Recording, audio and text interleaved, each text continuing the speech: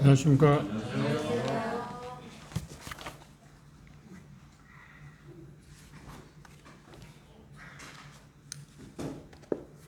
오늘은 히브리서 7장 23절 끝절에 있는 말씀을 보겠습니다.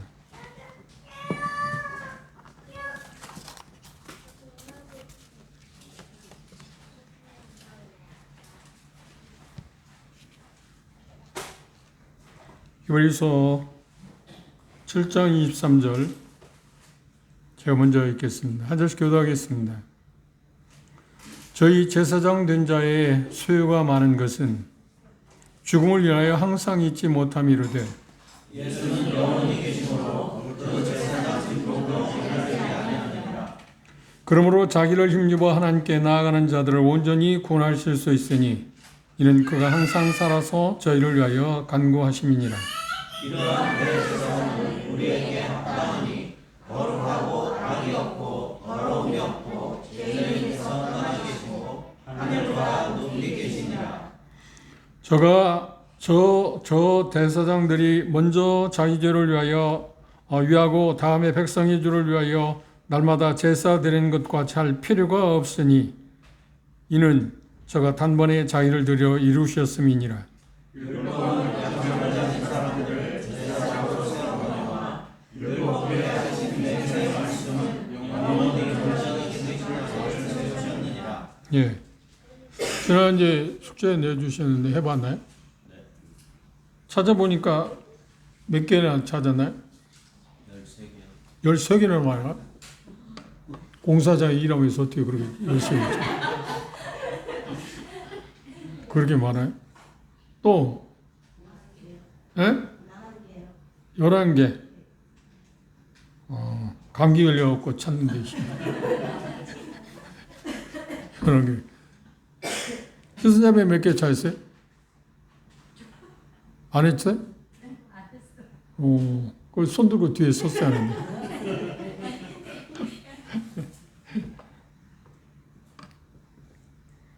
그렇게 많이 생각할 수도 있습니다. 근데 제가 지난번 이야기할 때는 9개 정도 찾아볼 수 있다고 생각했는데 한번 그 부분에 대해서 생각을 해봅시다. 이 지금 23절부터 28절 끝절에 나오는 말씀들의 내용은 뭐냐면 예수 그리스도의 대사장 직분이 얼마나 뛰어난가, 얼마나 놀라운가, 빼어난가 하는 것. 그래서 끝부분에 그런 표현을 했잖아요. 예수 그리스도 영원히 계심으로 제사장을 가리지 않는다. 그리고 뭐라고 표현하냐면 이러한 대제사장은 우리에게 정말 합당하다. 정말 중요한 합당하다고 하는 말은 좀 약한 것 같아요. 절실하게 우리에게 필요한 분이다. 그렇죠? 그렇게 표현하기 좋을 것입니다. 전에 우리가 공부할 때 이야기를 했습니다만 아론의 제사장 계열이 그들이 계속 지속될 수 없고 예수님께서 멜기세덱 반차를 쫓아서 대제사장이 될 수밖에 없었던 가장 큰 이유를 여기 23절에 뭐라고 하는가요? 죽음과 살아계시다고 하는 그 차이입니다. 그래서 지난번에 우리가 찾아봤습니다만 아론부터 시작해서 아론은 1대 대제사장이잖아요. 그렇죠? 율법파에서. 그리고 AD 70년 이스라엘이 멸망하면서까지 대제사장이 몇 명이었다고요? 83명 정도. 83명. 그러면 그 이후에 가야바가 몇 번째냐면 정확히 말하면 81번째. 그렇죠? 예, 그렇게 아론이 죽고 그 아들이 이어서 계속해서 예수님을 십자가에 못 박으라고 했던 그 가야바가 올 때까지 82명, 1명이나 필요했던 것은 그들이 죽었기 때문에, 죽을 수밖에 없었기 때문에 계속해서 변할 수밖에 없었다. 그래서 그건 역시 한시적인 거라고 이야기를 했습니다. 그들의 대제사장 제도가 한시일 수밖에 없었던 이유가 뭐냐면 여기 23절에 표현하고 있는 것처럼 죽을 수밖에 없었기 때문에 죽을 수밖에 없었다. 첫 번째가 뭐냐면 예수님이 이 본문에서 예수님이 얼마나 위대하신 분인가 하는 것에 대해서 이야기할 때 그분이 살아계시다. 죽음에서 부활하셔서 살아계셔서 영원하신 하나님의 아들로서 우리를 대신하여 어떤 일을 하셨다고요? 제사장, 대제사장의 길을 걸으셨는데 가장 특이한 게 뭐니? 그분이 영원하시다. 살아계시기 때문에 갈리지 않는다. 바꿀 수 없다. 구약의 대제사장들은 죽었기 때문에, 죽을 수밖에 없기 때문에 자꾸 바뀌고 또 바뀌고 또 바뀔 수밖에 없고 궁극적으로 문을 닫을 수밖에 없었지만 예수는 영원히 살아계시기 때문에, 부활하셔서 살아계시기 때문에 갈리지 않는다. 바꿀 수 없다. 그게 첫 번째 내용입니다. 민수기 20장을 한번 돌아가서 한번 찾아봅시다.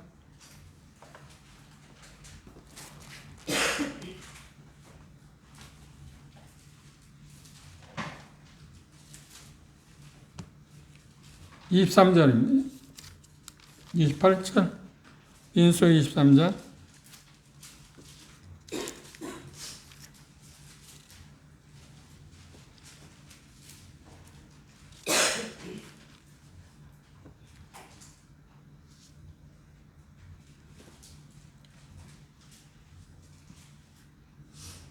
죄송합니다. 23장, 20장입니다. 20장.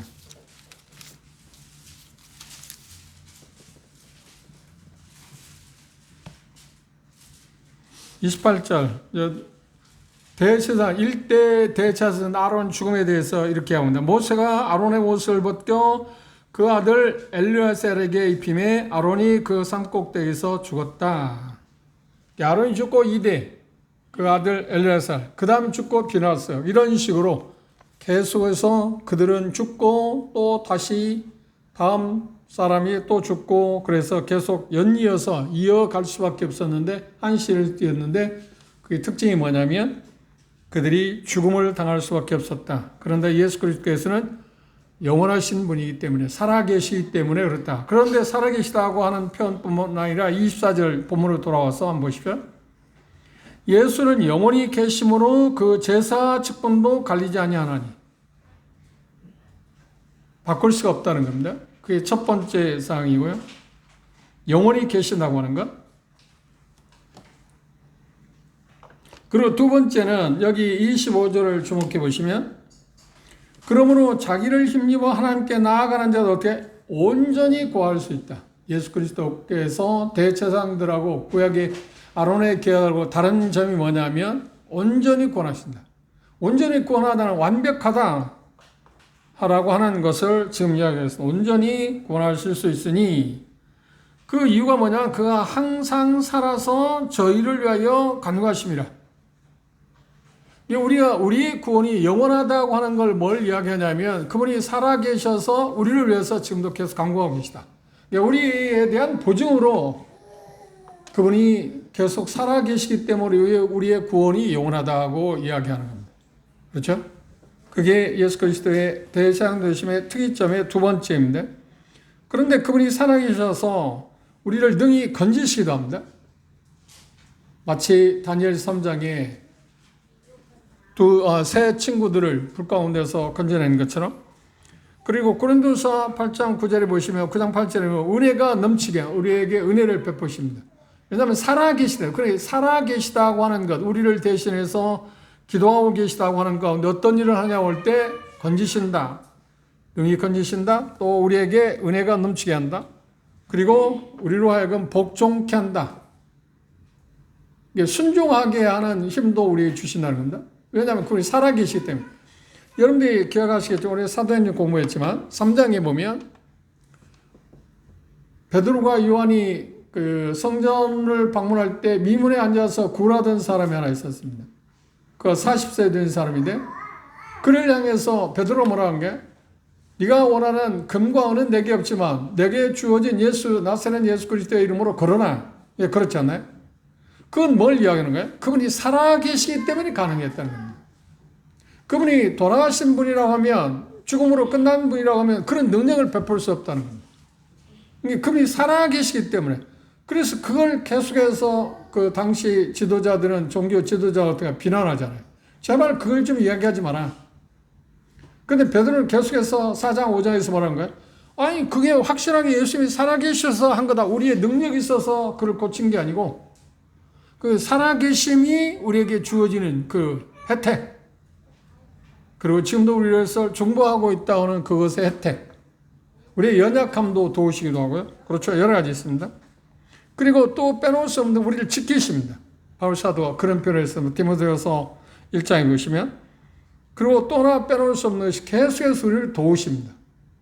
우리를 도울 수 있기 위해서는 그분이 뭐가 필요한가? 살아계시기 때문에 가능하다는 겁니다. 그리고 여기 표현 가운데 7장 25절에서 능히 온전히 우리를 구하는, 온전하다고 하는 것은 여러 면에서 모든 것을 다 포함하는 겁니다. 선한 것, 의로운 것, 그 모든 것이 다 아우러진 것에서 우리를 구원한다. 그러니까 좋은 것들은 다 주신다고 하는 이야기입니다. 그 이유가 뭐라고요? 그분이 살아계시기 때문에 가능하다. 살아계시기 때문에 가능하다고 하는 이야기입니다. 예수 그리스도의 능력은 여기 보면 온전하다, 완전하다, 끝까지 영원히 구원하신다 하는 그런 표현을 갖고 있습니다. 그래서 요한복음 13장 11절에서 1절에서 보면 뭐라고 하냐면 자기 제자들을 사랑하시되 끝까지 있어. 끝까지. 그분이 온전하시기 때문에 살아계시기 때문에 그에 가는. 그래, 살아계시다고 하는 말이 뭐냐면 뭔가 활동한다는 얘기잖아요. 뭔가 할 수 있다는 거예요. 움직일 수 있다는 거잖아요. 힘이 있다고 하는 말입니다. 그리고 전능하신 분이고 살아계시다. 그래, 그분의 살아계심이 특별히 히브리서 저자는 강조하고 있습니다. 우리가 간혹 잊어버리고 있는 게 있는데, 잊고 사는 게 있는데, 그분이 살아계심을 우리가 의식하지 못하면 우리는 패배할 수밖에 없습니다. 그분이 살아계시다는 게 대단히 중요한 이야기다. 그리고 여기 그분이 살아계셔 온전히 우리를 구원하신다고 할 때 온전한 구원이 뭐냐고 하면 성경에서 말할 때 교리적으로는 말하면 삼중적인 구원을 이야기합니다. 삼중적인 구원. 삼중적인 구원이 뭔가요? 첫째, 죄의 형벌로부터 구원. 그게 칭이라고 말합니다. 두 번째, 죄의 세력으로부터, 죄의 권세로부터 구원. 성화라고 말합니다. 그 다음 세 번째, 죄의 본질로부터 구원. 그 영화. 완성시킨다. 그걸 온전히 구원한다는 말에 포함되어 있는 말입니다. 그걸 온전히 구원할 수 있다는 삼중적인 구원을 우리가 기억해야 합니다. 그런데 그 일을 어째서 할 수 있다고요? 예수님이 그렇게 할 수 있는 뭐라고요? 살아계시다. 살아계심에 대한 것을 우리 잊지 않고 사는 게 대단히 중요합니다. 그래서 여기까지 이야기하고 히브리 저자는 뭐라고 하냐면 그리스도는 우리에게 얼마나 합당한 큰 대사장이다. 이런 분이 우리에게 있으니 얼마나 우리는 행복한가. 최초의 그 수신자들에게 예수 그리스도의 대제사장 되심을 지금 이야기하는 이유가 뭔가요? 여러분에는 정말 행복한 사람이다. 왜냐하면 온전히 구원할 수 있는 분이기 때문에. 우리에게도 동일한 겁니다. 그리고 세 번째, 예수 그리스도의 여기 특이사항, 예수님이 어떤 분인가 여기 표현 가운데 뭐라고 하냐? 그분이 거룩하시다. 거룩하시다. 거룩하다고 하는 말은 어떤 의미라고 하냐면 경건하다고 하는 의미가 포함되어 있습니다.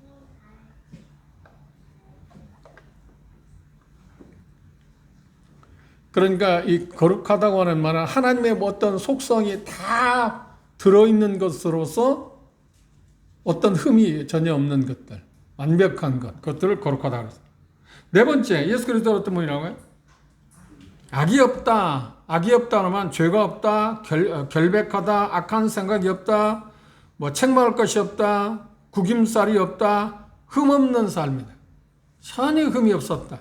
그래서 요한복음에 8장을 한번 보십시오. 예수님은 이렇게 자기를 대적하는 사람들에게서 도전하는 메시지를 전했습니다. 요한복음 8장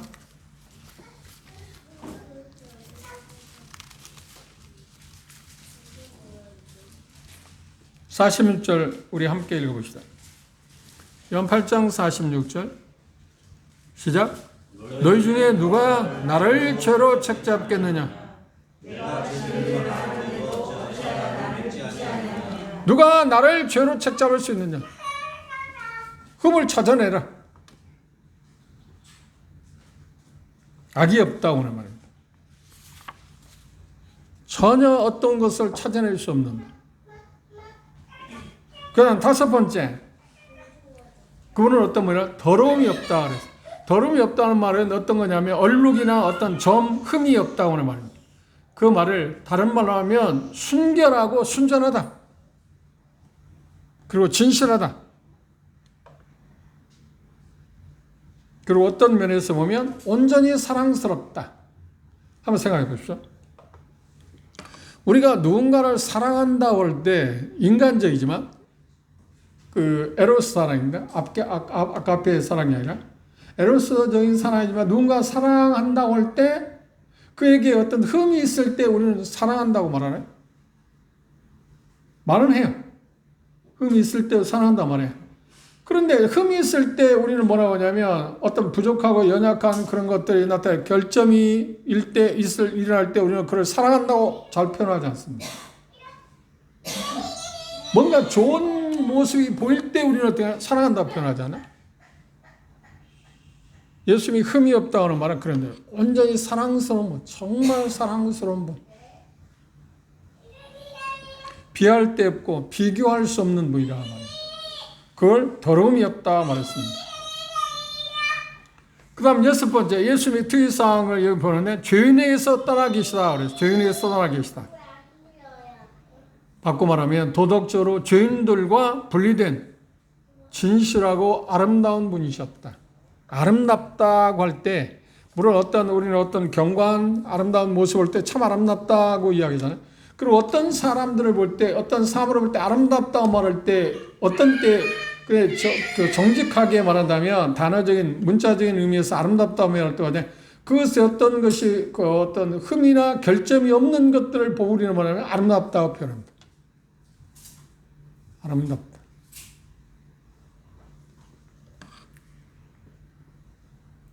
예수님이 죄인에게서 떠나 계시다고 하는 말은 그런 뜻입니다. 그런데 성부 하나님께서 공생애를 시작할 때 마태복음 3장 17절에 말하냐 이는 내 사랑하는 아들이요 내 기뻐하는 자다.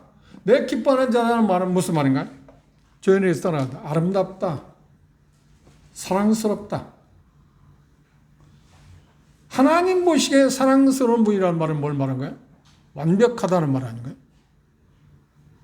하나님, 거룩한, 완벽하신, 완전한 분이 보시기에 사랑스럽다 말할 때 어떤 흠결이 전혀 없다고 하기 때문에, 없는 분이기 때문에 그렇게 말했습니다. 이는 내 사랑하는 자요, 내 기뻐하는 자. 그리고 공생애를 시작할 때도 그렇게 말씀하셨지만, 이제 십자가에 못 박혀 돌아가기 전에, 이제 우리가 마태복음 18장에 보면, 변화사상에 갔을 때도 예수님을 향해서 하나님께서 그 베드로, 안드레, 야고보 세 제자만 데리고 변화산에 갔잖아요. 그때 하나님께서 뭐라고 한 거예요? 모세, 엘리야가 사라진 후에 뭐라고 했어요? 이는 내 사랑하는 아들이요 내 기뻐하는 자다. 그 말이 뭐예요? 죄인에게서 떠나 계시다. 그리고 7번째, 여기 좀 우리가 이해하기 어려운 표현이 있습니다. 그는 하늘보다 높이 드십니다. 하늘보다 높이 드신 분이란 말이 무슨 말일까요? 하늘보다 높다. 하늘보다 높이 드신 분이다. 그 말의 의미를 에베소서 2장 1장에서 바울사는 이렇게 표현했습니다. 에베소 1장을 보십시오.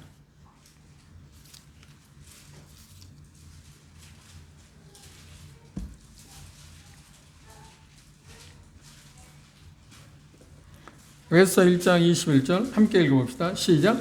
모든 정사와 권세와 능력과 주관한 자와 이 세상뿐 아니라 오는 세상에 일컫는 모든 이름 위에 뛰어나게. 하늘보다 높다고 높이 되신 분이라는 무슨 말인가요? 그렇지. 모든 이름 위에 뛰어나십니다. 그분께서 이 히브리 제자는 뭐냐면 하늘보다 높이 되신 분. 지금 우리가 이야기하는 것은 저자가 이야기하고자 하는 거예요. 우리에게 이 합당한 대제사 예수 그리스도의 대사에 합당한 이유가 뭐냐고 할 때 이렇게 이야기하는 거지. 이것들을 들춰내고 있습니다.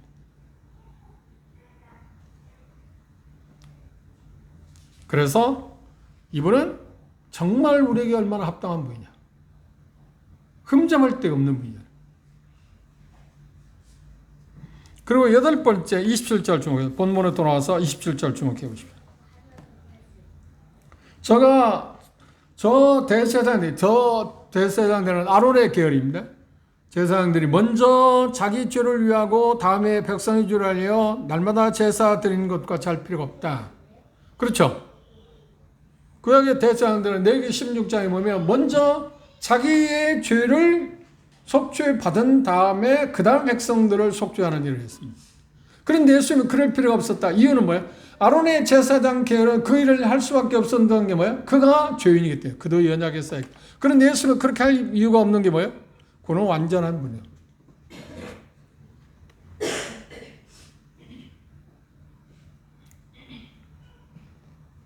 무죄하고 무음하기 때문에. 전혀 흠이 없기 때문에. 지금까지 이야기한 것처럼. 그래서 자기를 위해서 제사 드릴 필요가 없습니다. 우리를 위한, 죄인들을 위한 제사만 드리셨습니다. 그런데 편 가운데 그렇게 말했습니다. 백성의 죄를 위해 날마다 계속, 그러니까 우리가 추정할 수 없을 숫자일 겁니다. 83명이, 그러니까 히브리서가 쓰였을 때까지면 아마 81명의 대제사장이 있을 겁니다. 그러면 대제사장이 자기 죄들을 위해서 제사를 드릴 때 얼마나 송아지 양이 얼마나 죽었을까요? 1년에 하나씩이라도 세대가 바뀌어질 때, 물론 이스라엘 백성의 바벨론에서 70년 포로 생활을 한다든지 그런 어감, 그 공백 기간이 좀 있기는 했습니다만 그런 걸 빼놓고도 그들은 계속해서 날마다 제사 드립니다. 날마다 제사 드렸다고 하는 말은, 여기 날마다라는 말에 대단히 중요한 단어인데 그 말은 뭐예요? 완전하지 못했다. 여전히 부족했다. 여전히 부족했다. 해도 부족한 거야. 해도 부족했다. 나중에 10장에 가보면 알겠지만 구약의 성전에나 성막에는 의자가 없었습니다. 의자가 없었다는 거예요? 쉴 수 없었는데, 앉을 수가 없었다. 왜? 그들의 속죄는 끝나지 않으니까. 그러나 예수님은 보좌 우편에 앉히셨다고 하는 말이 그 뜻입니다. 완전히 다 끝났기 때문에 더 이상 할 일이 없으니까 앉히셨다. 이것보다도 영광스러운 일이 없습니다. 우리는 종종 예수 그리스도께서 보좌 우편에 앉히셨다고 안침을 당했다는 사도행전 2장에서 베드로의 그 고백은 이스라엘 백성을 위해서 호소하는 그 메시지는 대단히 중요한 말입니다. 보좌 우편에 하나님께서 앉히셨다고 하는 말은, 예수님이 보좌 우편에 앉으셨다는 말은 뭘 이야기하는 거예요? 완벽하게 다 끝냈다는 말입니다. 그렇죠? 그 결과로 인해서 성부 하나님은 뭘 보내셨나요?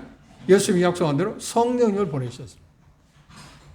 그분이 보좌 우편에 앉으시지 않았다면 성령 오실 수 없어요. 그러면 그 말은 뭐예요? 우리가 구원받을 수 없다는 거예요. 하나님의 복은 무효해. 아무런 의미가 없어요. 효과가 없어요. 이게 성자 되신 예수님의 세상에 오시고 모든 것을 완성하시고 하나님으로 가신 다음에 그 다음 성령 하나님께서 오셔서 우리에게 복음을 전하고 들려줄 때 우리를 구원하시고 계속해서 우리를 어떻게 해요? 인치셔서 그분의 나라에, 성부 하나님의 나라에 이를 때가 우리를 계속 돕고 계십니다. 그래서 로마 8장에서는 우리의 연약함을 위해 성령님도 계속 기도하고 계시다. 지금은 성령님이 역사하는 시대라. 그렇죠? 그런데 그게 어디서 온 거라고요? 성령님이 역사할 수 있게 된 게 뭐라고요? 예수님이 완벽하게 속죄의 사역을 성취했기 때문에 성부 하나님께서 그분을 보좌 우편에 앉히셨기 때문에. 앉는다고 하는 자체가 그렇게 중요한 의미가 있습니다. 다 마쳤다. 완결했다. 갚을 걸 다 갚았다. 치룰 걸 다 치렀다고 하는 의미입니다. 그런데 구약의 대제사장들은 날마다 그 일을 했습니다. 아직 완성되지 않으니까. 그래서 그 종지부를 찢고 이제 멜기세덱 판차를 쫓는, 멜기세덱의 판차를 쫓는 계율에 따른 예수 그리스도를 하나님께서 대제사장으로 세우셔서 속죄 사역을 이루셨습니다. 그런데 여기 말씀 가운데 그걸 했습니다. 그들은 그렇게 날마다 제사 드리는 것 같이 할 필요가 없었는데 저는 누구예요? 예수님은 우리의 대제사장이 단번에 한 번에 그걸 끝내셨다.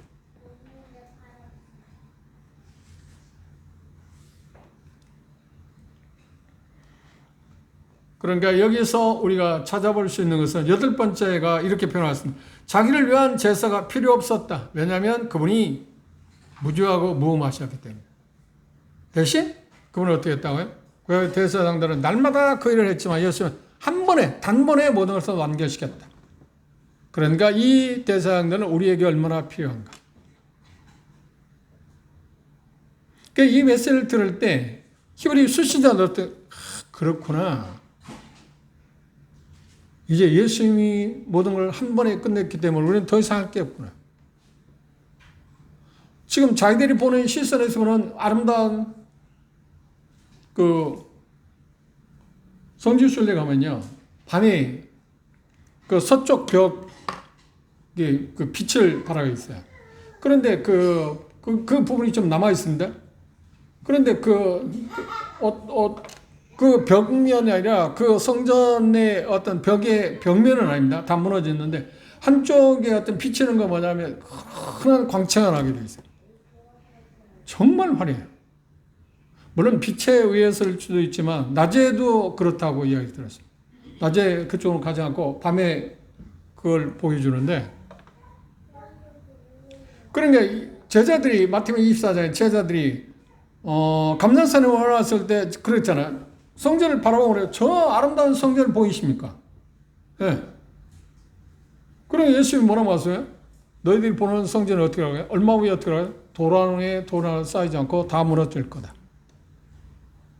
참 미려하다. 그렇죠? 미련이 아닙니다. 미려. 정말 아름답다. 고귀하다. 그 아름다운 그 모든 것도 어떤가요?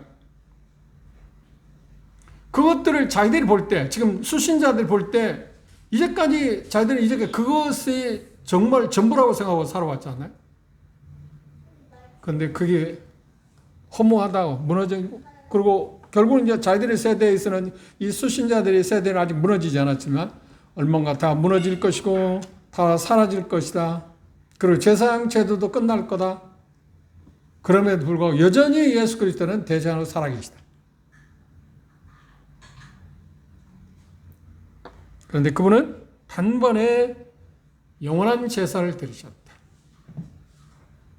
그러니까 한번 생각해 보십시오. 계속 날마다 자기들 지금 그걸 하고 있잖아요. 제사를 드려왔잖아요. 그렇죠? 그런데 해도 어떻게 해? 부족해. 해도 부족해. 여러분들이 종교생활을 하다가 구원받으신 분이 계시겠네요. 저도 마찬가지입니다. 자, 하나님의 은혜의 복음을 듣기 전까지는 계속 회개하라고 그러니까 회개해요. 뭐 눈물 콧물 흘리면서 회개해. 뭐 지난주에 똑같다 적어서 태워. 그럼 없어진 것 같아. 없어지는 뭐가 없어져? 그렇게 해서 없어지겠어요? 그 가만히 보면 그 일종의 다 사람들이 구하는 사람의 방법 아닌가요? 예수 그리스도 피에 의해서 우리의 죄가 사해지는데 그것들에 의해서 없어질 거라고 생각해요. 그 말이 되는 거야? 어떻게 들을 때 그럴듯하지 않나요? 그러니까 계속 해도 아직 부족한 거야. 아무리 해도 부족한 거야. 마치 칼융이라는 스위스의 그 심리학자 칼융은 요한복음 4장에 수가성 여인에 대해서 그 장을 말할 때 영혼의 공허함의 대표적인 일이 인생이다. 수가성 여인은 어떤가? 이 남자와 삶에 행복하겠지. 아니야. 부족해. 또 바꿨어. 몇 번째? 6번째. 그런데 드디어 예수님을 만났을 때야 문을 닫았어. 이제 예수님을 통해서만 그게 채워졌어. 우리는 계속 해도 어떻게 해? 해도 부족해. 갈증이 날 때 물 마셔도 계속 또 갈증이 나는 거죠. 그런데 지금 그들은 그걸 해왔잖아요. 계속해서 해왔잖아요. 해도 지금 부족하다는 거야? 그걸 느꼈어요. 왔어요. 그 양심이 있으니까.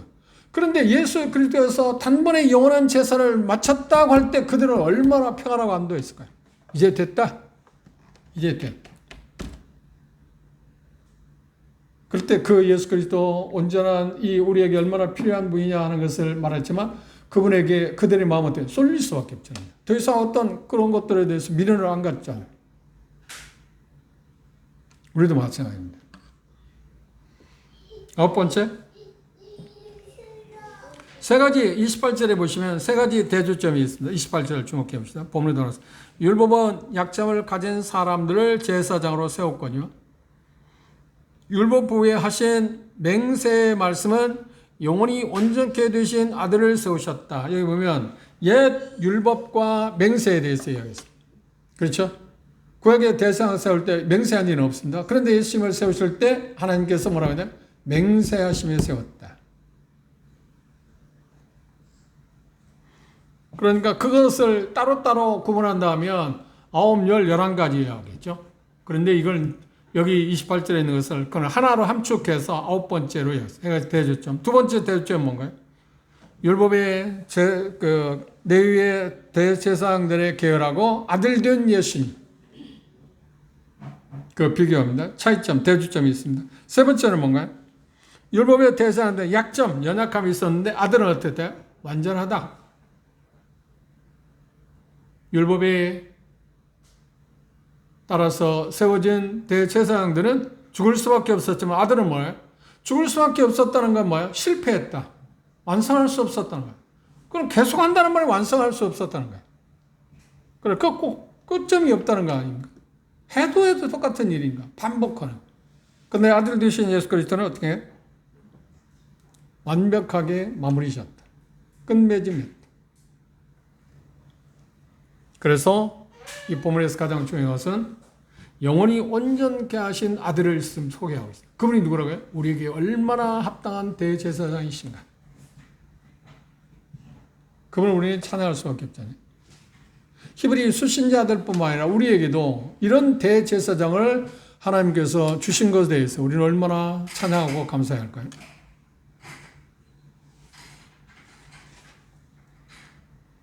그 모든 것들이 어디에 있다고요? 가장 중요한 것은 그분이 살아계시다. 그분이 살아계시다. 살아계시다. 이게 가장 큰 초점입니다. 살아계시기 때문에 모든 것이 가능하다.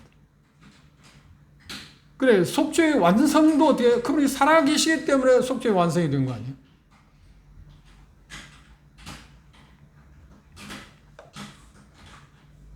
예수께서 당하신 모든 고난,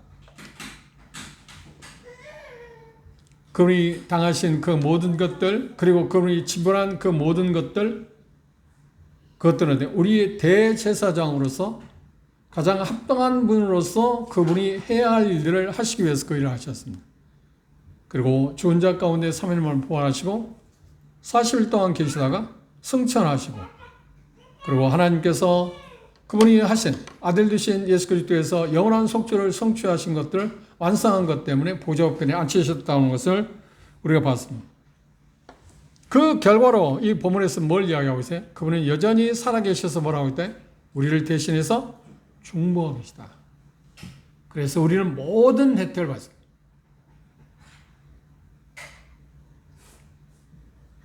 이것이 지금 현재 우리의 대제사장 되신 그분이 하고 계시는 일입니다.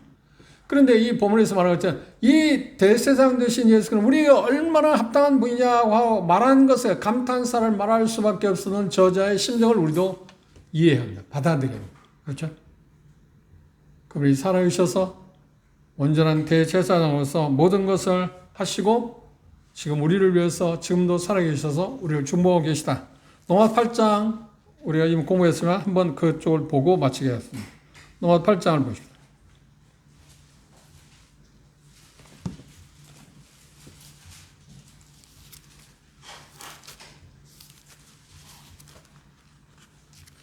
로마서 8장에서는 단편적인 이야기를 하고 있습니다. 34절 주목해 보십시오. 누가 정죄하리요? 죽으실 뿐 아니라 다시 살아나시는 그리스도 예수시니 그는 하나님 우편에 계신 자요 우리를 위하여 간구하시는, 여기 정죄하는 문제를 단적으로 이야기했어요. 로마서에서. 그렇죠? 그런데 히브리 저자는 뭐라는가요? 여러 면에서 우리의 필요한 그 모든 면에서 그분이 살아계시기 때문에 가능하다. 살아계신 분으로서.